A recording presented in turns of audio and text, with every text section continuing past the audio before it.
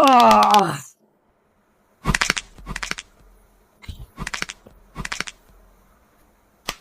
Mm.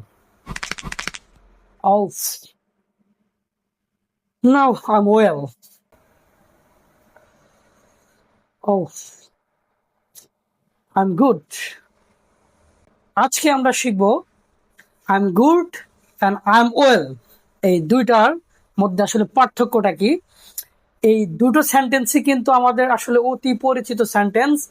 যখন কেউ আমাদেরকে জিজ্ঞেস করে হাউ আর ইউ, মানে আপনি কেমন আছেন, ঠিক আছে, বা আপনি কেমন, এই ধরনের প্রশ্ন যখন জিজ্ঞেস করে আমরা বেসিক্যালি জেনারেলি আমরা এই দুইটা আনসার দিয়ে থাকি, I am good, I am well. ঠিক আছে, এইভাবে আনসারটা দিয়ে থাকি।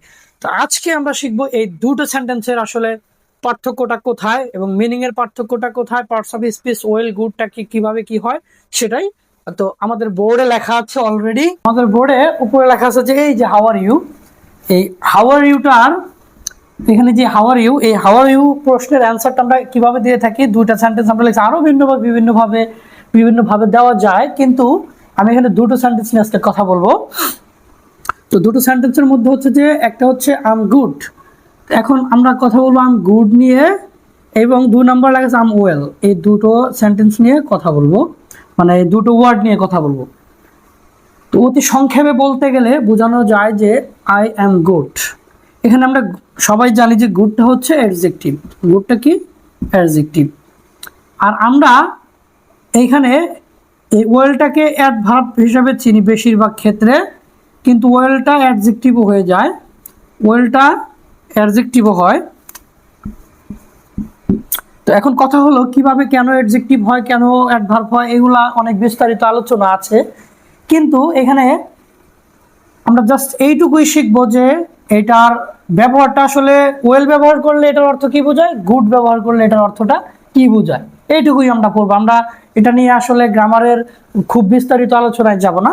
তো এখানে এই সাইডে আমি লিখেছি যে গুড, এখানে সাইডে আমি লিখছি গুড, গুডের সাথে এই গুডটা কি কি পার্টস অফ স্পিচ হিসেবে ব্যবহার হয় বেসিক্যালি, সেটা হচ্ছে অ্যাডজেক্টিভ, নাউন, অ্যাডভার্ব। ঠিক আছে, এই তিনটাতেই আমরা ব্যবহার করে থাকি, এই তিনটাই হয়, কিন্তু আমরা এই গুডটাকে অ্যাডজেক্টিভ হিসেবে বেশি ব্যবহার করে থাকি। আর অ্যাডভার্ব যেটা সেটা ইনফর্মাল ইউজ করে থাকে, এটার পরিবর্তে ওয়েলটা ব্যবহার করা বেটার, ফর্মাল যেটা। আর ওয়েলটা অ্যাডভার্ব হিসাবে বেশি ব্যবহার হয়, এইটা আমরা জানি, এইটার সাথে আমরা বেশি পরিচিত, কিন্তু ওয়েলের অ্যাডজেক্টিভও আছে, নাউনও আছে, ভার্বও আছে। আবার আরেকটা আছে, সেটা হচ্ছে ওয়েলটা এক্সক্লেমেশন হিসাবেও ব্যবহার করা হয়, ওয়েল, ঠিক আছে, এটা এক্সক্লেমেশন হিসাবেও ব্যবহার করা হয়। তো এখন আমরা এগুলো বুঝলাম, এখন চলুন আমরা দেখি যে এই দুটো সেন্টেন্সের মধ্যে আসলে অর্থগত দিক দিয়ে কি পার্থক্য আছে। ঠিক আছে, তো যেমন আই এম গুড, এখানে আই এম গুড এটার বাংলাটা এরকম দাঁড়ায় মুড,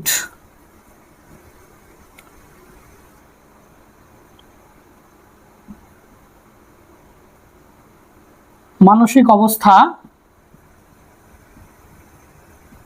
এবং চরিত্র, এই জিনিসগুলো আসলে বোঝায়।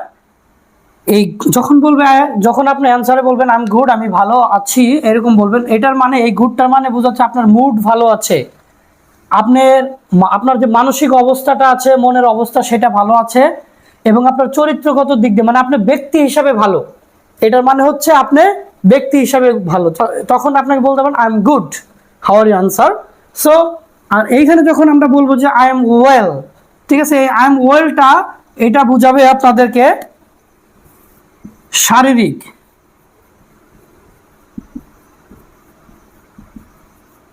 সুস্থতা,